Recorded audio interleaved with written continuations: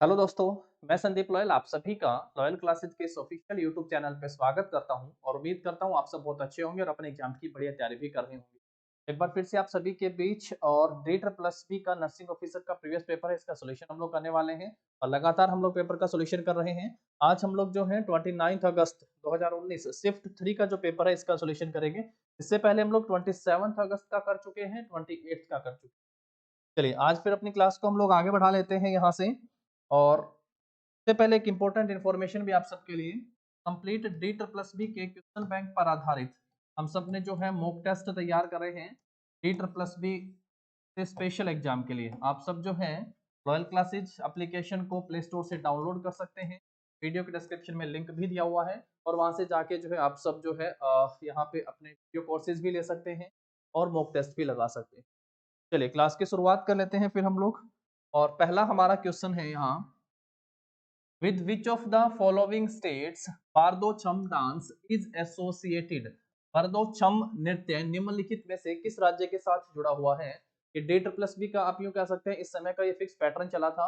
और पहला क्वेश्चन जो है आप सबसे आर्ट एंड कल्चर से, लगातार 3 क्वेश्चन पहले आर्ट एंड कल्चर से ही आप सबके एग्जाम में पूछे। तो बारदोछम नृत्य से पेपर में क्वेश्चन है, पहला ऑप्शन है राजस्थान। राजस्थान से संबंधित कुछ आप इंपॉर्टेंट जो हैं वो याद रख सकते हैं आर्ट एंड कल्चर से, और सबसे इंपॉर्टेंट है। उसके बाद हो गया है कालबेलिया। कालबेलिया भी बड़ा इंपॉर्टेंट है, अभी बहुत बार एग्जाम में आया है कालबेलिया।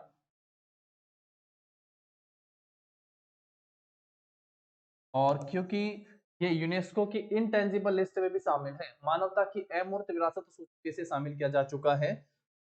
राजस्थान से, असम से आप सबको पता पहले भी बताया हुआ बिहू, साल में 3 बार मनाया जाने वाला उत्सव बिहू। उसके साथ साथ जो है बगुरम्बा, बगुरम्बा पेपर में पूछा जा चुका है बगुरम्बा। इसको बटरफ्लाई नृत्य के नाम से, बटरफ्लाई डांस भी से कहा जाता है। और इसके बाद है यहाँ असम का एक क्लासिकल डांस है सतरिया, इसको भी ध्यान रख लीजिएगा सतरिया। 15वीं 16वीं शताब्दी में महंत शंकर देव के द्वारा इसे पेश किया गया था। मेल मॉन्क के द्वारा मोनेस्ट्री में किया जाने वाला नृत्य का एक रूप है। बौद्ध भिक्षुओं के द्वारा जो है मठ में इस नृत्य को परफॉर्म किया जाता है।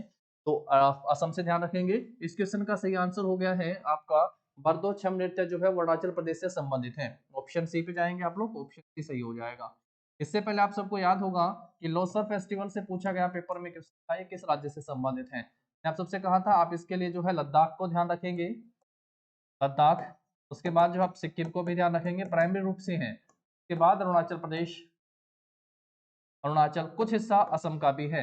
लेकिन आप सबने उस क्वेश्चन में देखा लद्दाख और सिक्किम ऑप्शन में ही नहीं थे, इसलिए जो है डेटा प्लस बी ने अरुणाचल प्रदेश को यहाँ पे सही आंसर माना था। तो आप सब जो है वो भी ध्यान रख लीजिएगा। चलिए नेक्स्ट यहाँ से आते हैं बिहार पे। बिहार से विदेशिया, बिहार का विदेशिया जो है ये बड़ा इंपॉर्टेंट है भाई, विदेशिया को ध्यान रखिएगा। एक झिझिया करके भी पूछा जाता है, किस राज्य से संबंधित हो गया है, बिहार से।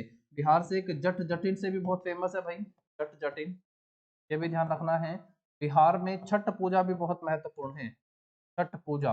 और छठ पूजा से पेपर में ये भी पूछा जाता है इस दिन किसकी पूजा होती है, तो सूर्य की पूजा की जाती है। छठ पूजा बड़ा इंपॉर्टेंट है। छठ पूजा, जट जटिन, विदेशिया और झिझिया किस राज्य से संबंधित है, तो आंसर होगा बिहार। घूमर हो गया है। उसके बाद आप सब कहेंगे पनिहारी नृत्य है, टोनी हो गया है, कालबेलिया है, ये किस राज्य से संबंधित है, तो राजस्थान होगा। असम से बिहू, बगुरम्बा और सतरिया, ये तीनों बड़े इंपॉर्टेंट है, बार बार रिपीटेड क्वेश्चन है जो आप सबको बताए जा रहे हैं। चलो आगे बढ़ाते हैं क्लास को, नेक्स्ट क्वेश्चन के ऊपर आओ फिर इसके बाद। नेक्स्ट देखो, with which of the following state Tappa folk music related to. Tappa लोक संगीत निम्नलिखित में से किस राज्य से संबंधित है। टप्पा लोक संगीत से, पहला क्वेश्चन डांस से, उसके बाद म्यूजिक फोक म्यूजिक से आएगा, देन फेस्टिवल पे भी एक क्वेश्चन पूछ लिया जाता है। टप्पा म्यूजिक किस राज्य से है, सही आंसर हो जाएगा पंजाब राज्य से संबंधित है। पंजाब से, पहले मैंने आप सबसे कहा था किकली करके भी पूछा गया था किस राज्य से संबंधित है, तो आंसर होगा पंजाब। एक मार्शल नृत्य की फॉर्म है गतका, किस राज्य का है, पंजाब का। एक मार्शल नृत्य है लाठी, किस राज्य से संबंधित है, पंजाब। और दूसरा वेस्ट बंगाल भी, इसके लिए आप सब ध्यान रखेंगे, पंजाब और वेस्ट बंगाल दोनों ही आप सबको इसके लिए ध्यान रखने हैं। भंगड़ा और गिद्दा वो आप सबको पहले से ही पता है। उत्तर प्रदेश में पेपर में क्वेश्चन आया था, रासलीला किस राज्य से संबंधित है, उत्तर प्रदेश से। नौटंकी अगर पूछे आप सबसे, नौटंकी तो किस राज्य से संबंधित हो गई है, उत्तर प्रदेश राज्य से संबंधित है, ध्यान रखना है, ठीक है। चलो आगे बढ़ाते हैं क्लास। ऑप्शन नंबर जो 1 होगा हमारा यहाँ इस क्वेश्चन का सही आंसर हो जाएगा ऑप्शन। नेक्स्ट पे आ जाओ इसके बाद। नेक्स्ट है Chapchar Kut which is an annual harvest festival is associated with which of the following seeds. Chapchar Kut जो एक वार्षिक फसल उत्सव है, निम्नलिखित में से किस राज्य के साथ जुड़ा हुआ है। चापचर कूट, कूट जिनके नाम के साथ आप सबको देखिए कूट, आप उसका आंसर कर दीजिएगा मिजोरम। जिसके नाम के साथ चापचर कूट हो गया है, मीम कूट है, जहां पे भी आप सबको कूट वर्ड दिखाई दे आप सब आंसर कर दीजिएगा मिजोरम।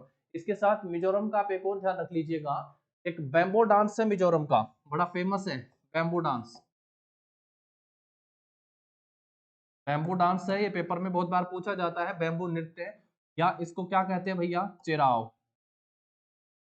चेराव जो है ये किस राज्य का एक बैम्बू बांस नृत्य है, तो आंसर आएगा आप सबका मिजोरम राज्य से संबंधित है। बांस नृत्य भी लिखा होगा हिंदी में, ध्यान रख लो। बांस नृत्य किस राज्य से संबंधित है, तो ये मिजोरम राज्य से संबंधित होता है। आंध्र प्रदेश का क्लासिकल डांस है भैया कुचिपुड़ी, ये ध्यान रखना है आप सबको। आंध्र प्रदेश का कुचिपुड़ी बहुत इंपॉर्टेंट है। हरियाणा से आप सबने देखा जो पेपर में अब तक पूछे गए हैं उनमें है आपका फाग। फाग आपको ध्यान रखना है, धमाल ध्यान रखना है। फाग हो गया है, धमाल हो गया है, किस राज्य से संबंधित है, हरियाणा राज्य से संबंधित है जो पेपर में आता है। फाग, फगुआ और फुगड़ी तीन नाम हैं जो मिलते जुलते हैं और तीनों एग्जाम में पूछे गए हैं। देखो अगर आप सबसे कभी पूछा जाए फुगड़ी, फुगड़ी किस राज्य से संबंधित है, तो आप सब कहेंगे कि गोवा से संबंधित। गोवा महाराष्ट्र का कोंकण क्षेत्र में से किया जाने वाला है ये, तो गोवा और महाराष्ट्र ध्यान रखेंगे। अगर आप सबसे पूछा जाए फगुआ, फगुआ तो आप कहेंगे बिहार झारखंड से। फगुआ जो है वो किस राज्य से संबंधित है, तो बिहार। बिहार से अलग राज्य के रूप में ऐसे तुम्हें आता है सन 2000 में 15 नवंबर 2000 में है झारखंड एक अलग राज्य के रूप में बिहार से अलग होता है। चलो आगे बढ़ाएं फिर। तो इस तरह की जो चीजें आती हैं तो आप सब जो उन्हीं को उसी समय याद कर सकते हैं, तो लिख लीजिएगा जहाँ पे आप सबके पास बुक है कॉपी है तो वहाँ पे आप अलग से इसको देख सकते हैं। फाग, फगुआ और फुगड़ी ये तीनों ध्यान रख लेने हैं, ठीक है। चलो आगे बढ़ाते हैं फिर क्लास को। नेक्स्ट पे आओ। Which of the following is not a method adopted by RBI to maintain the liquidity of economy?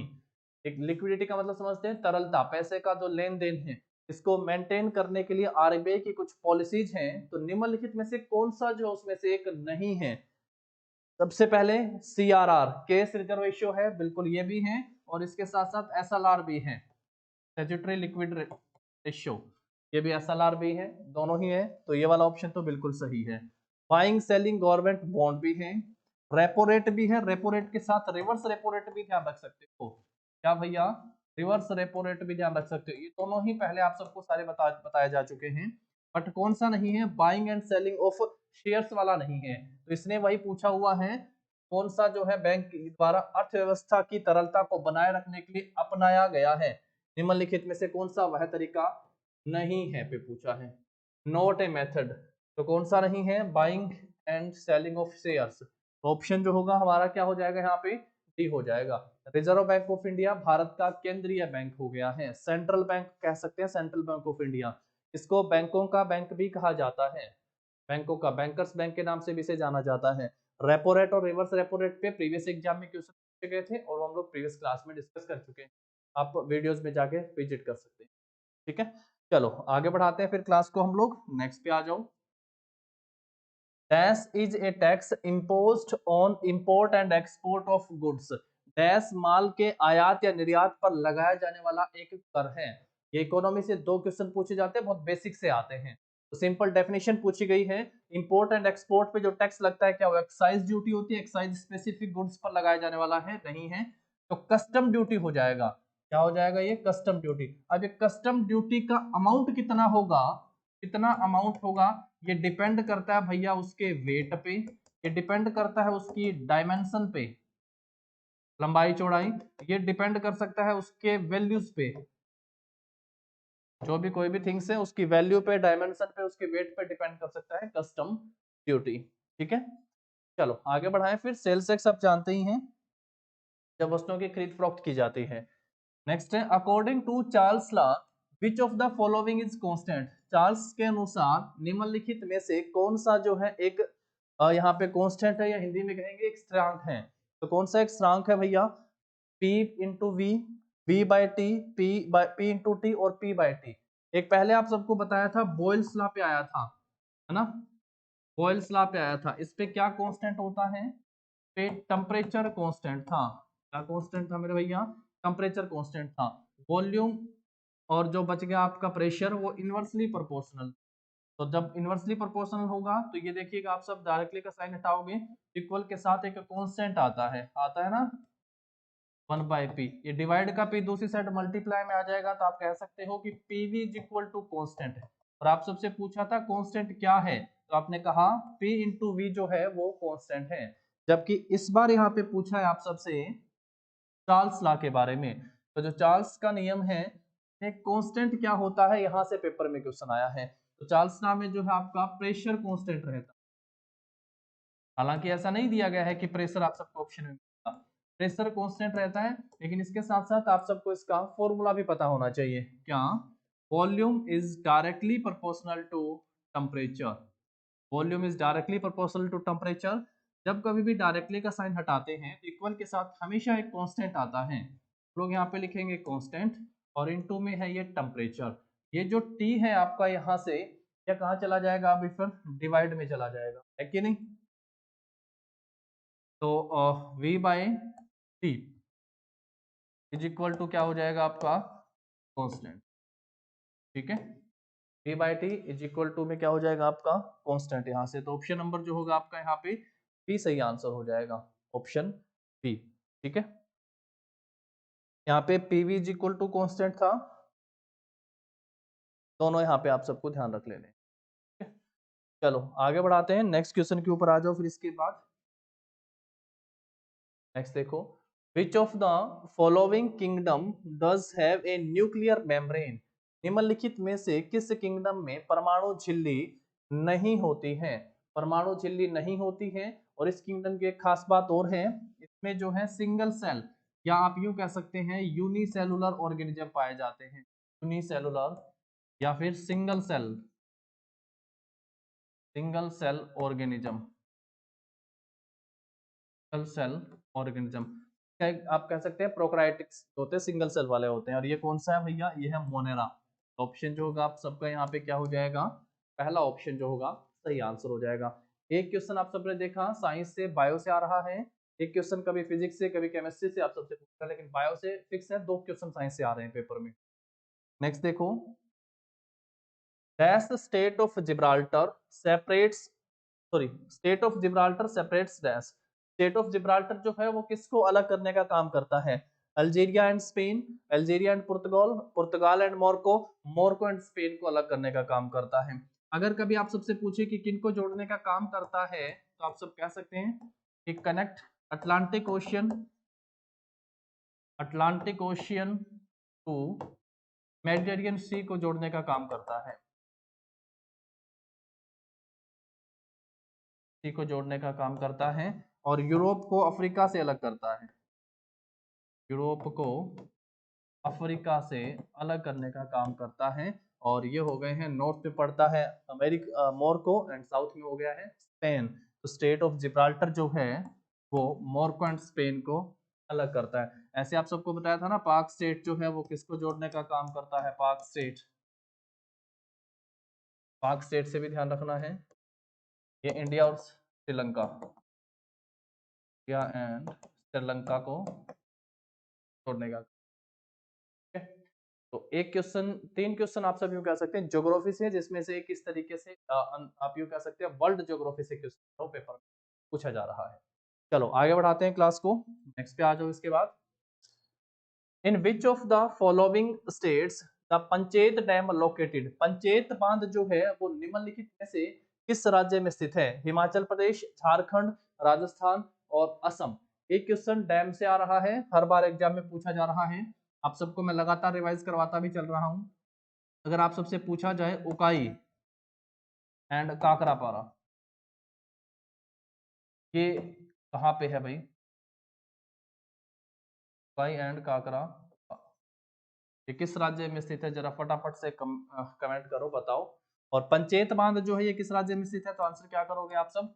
ये झारखंड राज्य में स्थित है। पंचेत बांध जो है किस राज्य में स्थित है? आपका झारखंड में। उकाई और काकरापारा पे पहले बताया आप सबको किस नदी के ऊपर है, ये बहुत फेमस है भाई, ताप्ती नदी के ऊपर स्थित है। और राज्य का नाम अगर आप सबसे पूछेंगे तो क्या आंसर कर गुजरात राज्य में स्थित है। इसी तरीके से कई बार क्वेश्चन आप सबसे पूछे जाते हैं भाई वाटरफॉल के, वाटरफॉल जलप्रपात से भी क्वेश्चन पेपर में आते हैं, वो भी याद कर लीजिएगा।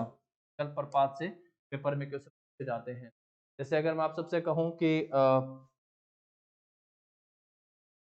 जैसे कि कर्नाटक में कोई महात्मा गांधी के नाम से है, महात्मा गांधी जलप्रपात कहाँ पे स्थित है? आंसर क्या होगा? महात्मा गांधी जलप्रपात किस राज्य में? कमेंट करेंगे तो फिर क्या आंसर आएगा? कर्नाटक में स्थित है महात्मा गांधी जलप्रपात। इसी तरीके से दक्षिण भारत की गंगा किसे कहा जाता है? दक्षिण भारत की गंगा, दक्षिण भारत की गंगा जो है वो कौन सी नदी है दोस्तों? कावेरी को कहा जाता है। और कावेरी नदी पर कर्नाटक में कौन सा है भैया? शिव समुद्रम जल, शिव समुद्रम जलप्रपात, है ना। कावेरी नदी का उद्गम कहाँ से होता है? तो ब्रह्मगिरी की पहाड़ियों से इसका उद्गम होता है, ब्रह्मगिरी से। और इसके ऊपर कौन सा जलप्रपात है? तो आंसर होगा शिव समुद्रम जलप्रपात जो है पर। चलो आगे बढ़ाते हैं, फिर नेक्स्ट पे आ जाओ। In which of the following states is the Khasi hill located? ये तीनों, ये बहुत बार गारो, खासी और जयंतियां अगर आप सबसे पूछी जाए, गारो, खासी और जयंतियां, यहाँ पे जयंत जनजातियां भी पाई जाती हैं, जैन जातियां, और दोनों ही ध्यान रखेंगे। ये हिल कहाँ पे स्थित है? गारो, खासी और जयंतिया की पहाड़ियां जो हैं ये मेघालय में स्थित हैं। मेघालय ध्यान रखेंगे आप सब इनके लिए। एक मैंने आप सबसे कहा था राजस्थान, अरावली की सबसे ऊंची चोटी जो है वो भारत में कहाँ पे स्थित? अरावली सबसे पुराना वल्लित पर्वत है, सबसे पुराना वल्लित आप कह सकते हैं भारत में, सबसे पुराना वल्लित। ये सबसे ऊंची चोटी जो है वो कौन सी है दोस्तों? तो आंसर होगा इसके गुरु शिखर, राजस्थान में माउंट आबू के नजदीक स्थित है अरावली की सबसे ऊंची चोटी, गुरु शिखर। चलो आगे बढ़ाते हैं, फिर नेक्स्ट पे आ जाओ। When did the Simon Commission arrived India? Bharat में साइमन कमीशन कब आया था? साइमन कमीशन पे है क्वेश्चन, साइमन कमीशन भारत में कब आता है? साइमन कमीशन का विरोध करते हुए पंजाब के श्री लाला लाजपत राय के लाठियों के सर पे प्रहार से जो है वो मृत्यु हो जाती है। और समय था 1928 का, 1928 में। इससे पहले एक बड़ा इंपॉर्टेंट क्वेश्चन ये भी आता है कि जो साइमन कमीशन है ये बंबई कब पहुंचा था? साइमन कमीशन जो है ये बंबई कब आया था? इसकी डेट जरूर ध्यान रख लीजिएगा। 3 फरवरी 1928 को जो है साइमन कमीशन बंबई आया था। साइमन कमीशन के लिए जो है 1919 में अनाउंसमेंट की है। 1927 में जो है नवंबर 1927 आप कह सकते हैं साइमन कमीशन को अपॉइंट किया जाता है। सर जॉन साइमन जो है वो इसके अध्यक्ष थे, सर जॉन साइमन। ठीक है, साइमन कमीशन। तो ये भी इंपॉर्टेंट हो गए हैं भैया। और महात्मा गांधी से समय से आप सब जरूर याद कर लीजिएगा, इसकी वीडियो जो है एप्लीकेशन पर डाल दी गई। महात्मा गांधी जी से इनके समय के आसपास की जो भी घटनाएं हुई हैं वो आपके एग्जाम में 100% आ रही हैं। यानी क्वेश्चन हिस्ट्री का यहीं से आ रहा है एक, महात्मा गांधी जी के समय से। इनके टेन्यूर, इनका जो समय रहा था 2 अक्टूबर 1869 को महात्मा गांधी का जन्म होता है और 30 जनवरी 1948 को जो इनकी मृत्यु हो जाती है। इस दौरान की जो घटनाएं हैं वो एग्जाम के लिए इंपॉर्टेंट है आपके, और यहाँ से पेपर जा रहा है। ठीक है, चलो आगे बढ़ाते हैं फिर। नेक्स्ट है, at which of the following ancient Indian site was the first astronomical observatory of the Harappan civilisation found? निम्नलिखित में से किस प्राचीन भारतीय स्थल पर हड़प्पा सभ्यता की खगोलीय वेधशाला पाई गई थी? पहला ऑप्शन है सुरकोतदा, लोथल, धोलावीरा और दाबरकोट। तो देखिए लोथल से पेपर में क्वेश्चन आता है कि सबसे पहले चावल के साक्ष्य जो हैं वो कहां से प्राप्त हुए थे? चावल के साक्ष्य लोथल से प्राप्त हुए हैं। और चावल का क्या लगता है? भोग। तो पूछे कभी कि लोथल किस नदी के किनारे स्थित है तो कहेंगे ये भोगवा नदी के किनारे स्थित है। सही आंसर क्या होगा? एस जो खगोलीय वेधशाला जो पाई गई है, एस्ट्रोनॉमिकल ऑब्जर्वेटरी जो पाई गई है, वो धोलावीरा में पाई गई है। ये धोलावीरा कहाँ पे स्थित है? तो आंसर होगा ये गुजरात में स्थित है। धोलावीरा को जो है यूनेस्को की वर्ल्ड हेरिटेज साइट में शामिल किया गया था। यूनेस्को की वर्ल्ड हेरिटेज साइट 2021 में वर्ल्ड हेरिटेज साइट में से शामिल कर लिया गया, वर्ल्ड हेरिटेज साइट। इसी के साथ साथ जो है तेलंगाना का रामप्पा मंदिर भी शामिल किया गया था। तेलंगाना का रामप्पा मंदिर जो है को भी शामिल किया गया था। और लास्ट ईयर का आप सबको पता होगा 1901 में रविंद्रनाथ टैगोर ने शांति निकेतन की स्थापना करी थी, शांति निकेतन। और शांति निकेतन को जो है 2023 में की विश्व विरासत सूची शामिल किया गया था, वर्ल्ड हेरिटेज साइट में शामिल कर लिया गया है वेस्ट बंगाल कलकत्ता में। इसकी स्थापना गुरुदेव रविंद्रनाथ टैगोर के द्वारा की गई थी 1901 में। ठीक है, चलो आगे बढ़ाते हैं। फिर इसके बाद हम लोग नेक्स्ट पे आ जाओ। नेक्स्ट है, in the third battle of Panipat Maratha were defeated by. Panipat के तीसरे युद्ध में डैश मराठों के द्वारा इसको हराया गया था। देखिएगा, पानीपत के 3 युद्ध आपसे पढ़ के आते हैं। एक पहला युद्ध जो है पानीपत का, फर्स्ट बैटल ऑफ पानीपत जो है वो 21 अप्रैल 1526 को होती है। और पानीपत का पहला युद्ध किसके बीच हुआ था? तो आप सबको ध्यान रख लेना है भाई, सल्तनत काल के अंतिम शासक और युद्ध स्थल में मारे जाने वाले पहले जो शासक थे, नाम आप सबको पता होगा, लोधी वंश से इब्राहिम लोधी और बाबर के बीच होता है। उसके बाद है 5 नवंबर 1556 को, 5 नवंबर 1556 को पानीपत का दूसरा युद्ध होता है अकबर और हेमू के बीच में। तीसरा जो है वो 17 जनवरी 1761 को जो है पानीपत का तीसरा युद्ध होता है 1761 में। अहमद शाह अब्दाली और मराठों के बीच में ये युद्ध लड़ा गया था। अहमद शाह अब्दाली और मराठे, तो अहमद शाह अब्दाली मराठों को हराता है इसमें, ये ध्यान रख सकते हैं। शेरशाह सूरी से और हुमायूं के बीच के युद्ध है भैया। एक पूछेगा आप सबसे चौसा का युद्ध, बैटल ऑफ चौसा, पहले पेपर में पूछा जा चुका है ना। बैटल ऑफ चौसा ये कब लड़ा गया था? 1539 में। और एक पूछेगा battle of Kannauj, battle of Kannauj ये कब लड़ा गया था? तो आंसर होगा 1540 में। तो चौसा का युद्ध हार गया था हुमायूं, और उसके बाद 40 में कन्नौज का युद्ध हारा था। और इसी युद्ध के बाद मुगलों के हाथों से सत्ता निकल जाती है, मुगलों के हाथों से सत्ता निकल जाती है 1540 में। तो ये दोनों ध्यान रख लेने हैं। पानीपत का पहला युद्ध जो है इब्राहिम लोदी को हराया था किसने? बाबर ने। और यहीं से ही जो मुगल काल की शुरुआत होती है 1526 से, 1526 से। इस क्वेश्चन से हम सब ने जो है यहाँ पे तीनों पानीपत के युद्ध हैं और 2 ये हुमायूं और शेरशाह सूरी के बीच के युद्ध याद रख सकते हो, 5 युद्ध। और एक यहाँ से लड़ाई आप सबने प्रीवियस पेपर अब देखा है, सभी क्लासेस देखे तो आप सबको आइडिया हुआ होगा यहाँ से एक क्वेश्चन पेपर में पूछा जाता है। चलो क्लास को आगे बढ़ा लेते हैं। फिर इसके बाद हम लोग नेक्स्ट देखो, where is the headquarter of UN located. संयुक्त राष्ट्र का मुख्यालय जो है वो कहां पर स्थित है? एक क्वेश्चन आप सबके एग्जाम में ऑर्गेनाइजेशन और इंस्टीट्यूशन से पूछा है, और हमेशा ही हर पेपर में एक क्वेश्चन यहाँ से आया है। 20 में से अगर हम लोग बात करें तो एक क्वेश्चन यहाँ से आया है। आईएमएफ का हेडक्वार्टर पूछा था, वर्ल्ड बैंक का हेडक्वार्टर आप सबसे पूछा जा चुका है। आईएमएफ और वर्ल्ड बैंक, इन दोनों का मुख्यालय आप सबसे पूछा जा चुका है। और दोनों का मुख्यालय कहाँ पे स्थित है भैया? तो इनका मुख्यालय है वाशिंगटन डीसी, वाशिंगटन डीसी में जो है इनका मुख्यालय है। यूनाइटेड नेशन का मुख्यालय कहाँ पे है? तो आंसर होगा न्यूयॉर्क में जो है यूनाइटेड नेशन का मुख्यालय है। द्वितीय विश्व युद्ध के बाद आप यूं कह सकते हैं एक बड़ी संस्था के रूप में इसका उदय होता है भाई, यूनाइटेड नेशन। इसके 6 अलग अलग अंग हम लोग पढ़ के आते हैं, 6 डिफरेंट अलग अलग जो है इसके अंग पढ़ते हैं हम लोग। तो न्यूयॉर्क में जो है यूनाइटेड नेशन का हेडक्वार्टर है। नेक्स्ट देखो, Who among the following had never won an Oscar? निम्नलिखित में से किसने कभी भी ऑस्कर नहीं जीता है? रसुल पोकुट्टी, सत्यजीत रे, ए आर रहमान और आमिर खान। ये ऑप्शन के हिसाब से क्वेश्चन बहुत आसान हुआ। तो कभी भी ऑस्कर किसने नहीं जीता है? तो आमिर खान ने नहीं जीता है। तो ऑप्शन डी जो होगा आपका यहाँ पे सही आंसर हो जाएगा। ए आर रहमान को 2 ऑस्कर मिल चुके हैं।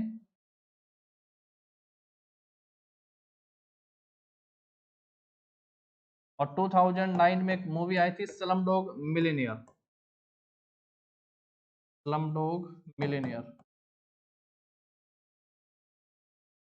इसके लिए और गाना आप सबको पता है जय हो। इसी के लिए रसूल कुट्टी को जो है बेस्ट ओरिजिनल सॉन्ग आप यूं कह सकते हैं साउंड मिक्सिंग के लिए, best sound mixing. Best sound mixing के लिए जो है रसूल पकोटे को ऑस्कर से सम्मानित किया गया था। इनके साथ 2 और लोगों को भी जो ऑस्कर दिया गया था। में एक इयान टैप को नाम आप सब ध्यान रख सकते हैं, एक रिचर्ड रिक थे, एक इयान टैप, इयान और रिचर्ड 2 नाम आप ध्यान रख लीजिए, इनके साथ दिए गए थे, रिचर्ड, इयान, रसूल पकोटे के साथ। सत्यजीत रे को भी जो है लाइफ टाइम अचीवमेंट का अवार्ड मिल चुका है 1992 में, तो ऑस्कर का लाइफ टाइम